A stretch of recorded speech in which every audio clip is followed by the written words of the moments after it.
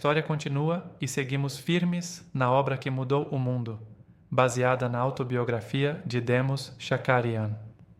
No capítulo 12, acompanhamos Demos em um dos momentos mais intensos de sua vida. A luta para continuar não era apenas externa, era interna.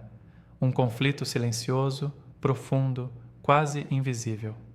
Ele carregava o peso de anos de liderança, viagens, desafios, expectativas, mas também carregava a dor de perceber que seu tempo estava mudando. No silêncio de seu coração, surgiram perguntas que poucos líderes ousam admitir. E quando eu não estiver mais aqui, o que acontecerá com tudo isso? A chama vai sobreviver? Foi nesse ponto crítico que Deus começou a revelar algo maior. Demos compreendeu que não poderia carregar aquele fogo para sempre em suas próprias mãos. Era necessário passar o bastão. Era necessário confiar que o Espírito, que começou tudo, continuaria tudo. E assim terminou o capítulo 12. Com Demos dando um passo de fé, soltando o que por tantos anos segurou e entregando ao próprio Deus o futuro da missão. Agora, no capítulo 13, algo começa a mudar. O que parecia ser o fim de uma era, na verdade, era o começo de um novo tempo. Novas vozes começaram a surgir, de lugares diferentes, com sotaques diferentes, com histórias que nunca passaram pelos palcos, mas sempre passaram pelo céu. E o mais impressionante, era o mesmo Espírito, a chama que Demos temia ver enfraquecer. Não apenas permaneceu acesa, ela começou a se espalhar. O vento da mudança já soprava quando o capítulo anterior terminou. Demos, com o coração marcado por décadas de milagres, despedidas e recomeços, finalmente aceitara o peso e a beleza de entregar a tocha.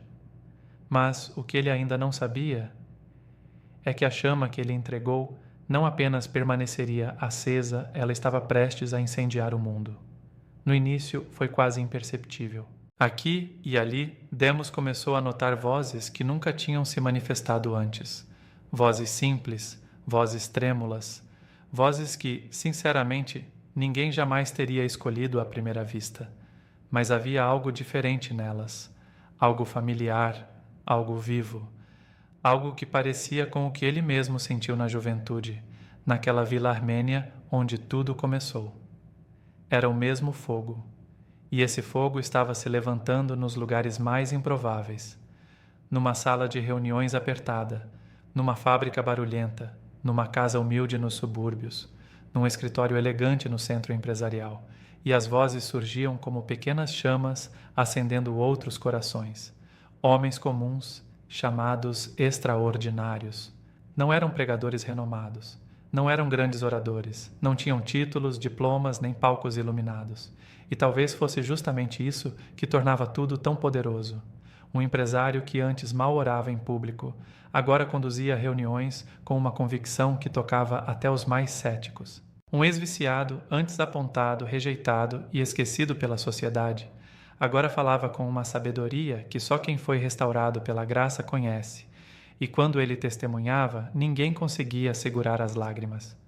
Jovens tímidos, daqueles que ninguém imagina ver liderando algo, estendiam as mãos para orar por cura, e as curas aconteciam, simples assim, poderoso assim.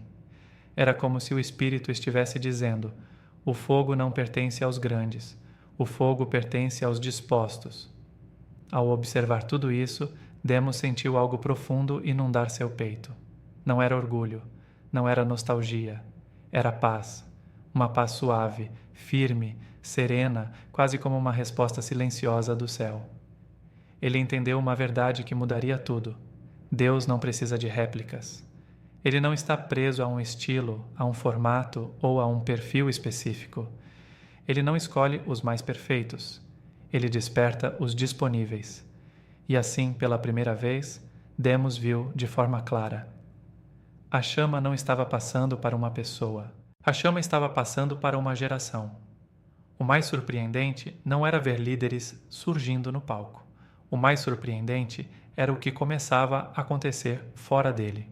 Reuniões espontâneas em oficinas mecânicas. orações improvisadas em balcões de lojas, testemunhos em galpões, universidades, estacionamentos, corações tocados em rodas de almoço entre empresários. A chama estava transbordando. E, de repente, Demos se deu conta. A Adonep não era mais um movimento que dependia de um nome, de um fundador, de um porta-voz. Era uma corrente viva. Um fogo que se movia por vidas comuns, acendendo outras vidas silenciosamente, profundamente, irresistivelmente. Demos então percebeu algo que poucos líderes na história conseguem ver. Tudo aquilo que é entregue com humildade se multiplica. Tudo aquilo que é segurado por vaidade se perde. Ele escolheu entregar, e Deus escolheu multiplicar. O que começou com uma oração em uma aldeia distante, agora brilhava em centenas de cidades ao redor do mundo. O fogo se espalhava, vivo, puro, incontrolável do jeito que o Espírito sempre quis. Mas toda chama que cresce enfrenta ventos, e a história está prestes a entrar em uma nova era mais desafiadora, mais turbulenta, mais urgente. No próximo capítulo veremos como a cultura em transformação tentou apagar a chama, como líderes precisaram escolher entre agradar ao mundo ou permanecer fiéis, como a Adonep enfrentou uma geração que relativizava tudo, menos a verdade de Deus. Prepare-se para capítulo 14. Firmeza em tempos de dúvida. Porque acender um fogo é fácil. Difícil é mantê-lo aceso quando os ventos contrários começam a soprar. Antes de terminar, deixe que uma pergunta entre no seu coração. O fogo que Deus colocou em você está acendendo outros? As pessoas ao seu redor veem a chama ou você a mantém escondida? Você tem vivido como uma cópia ou como um filho autêntico? Lembre-se, Deus nunca pediu perfeição. Ele sempre pediu entrega, e talvez hoje Ele esteja convidando você a reacender algo que esfriou dentro do seu coração. Nos vemos no próximo capítulo. Até lá!